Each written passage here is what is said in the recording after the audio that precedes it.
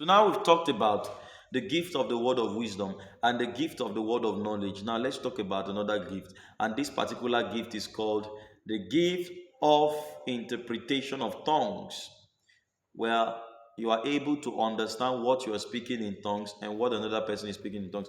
And by the way, let me correct you and guide you properly. The gift of interpretation of tongues can be used to know the counsel and the mind of God towards a situation. Because while you speak in tongues, he that prayeth in an unknown tongue speaketh not unto men, but speaketh unto God. So there are many mysteries that you don't know, but your spirit knows about. Your spirit man knows about it. In fact, the things your spirit knows about that you don't know are more than 80%.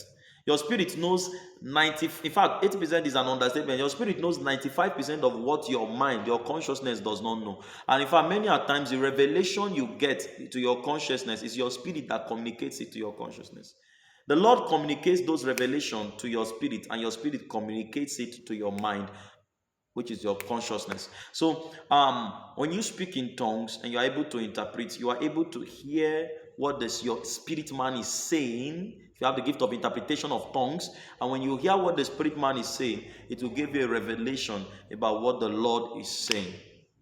You get it? So if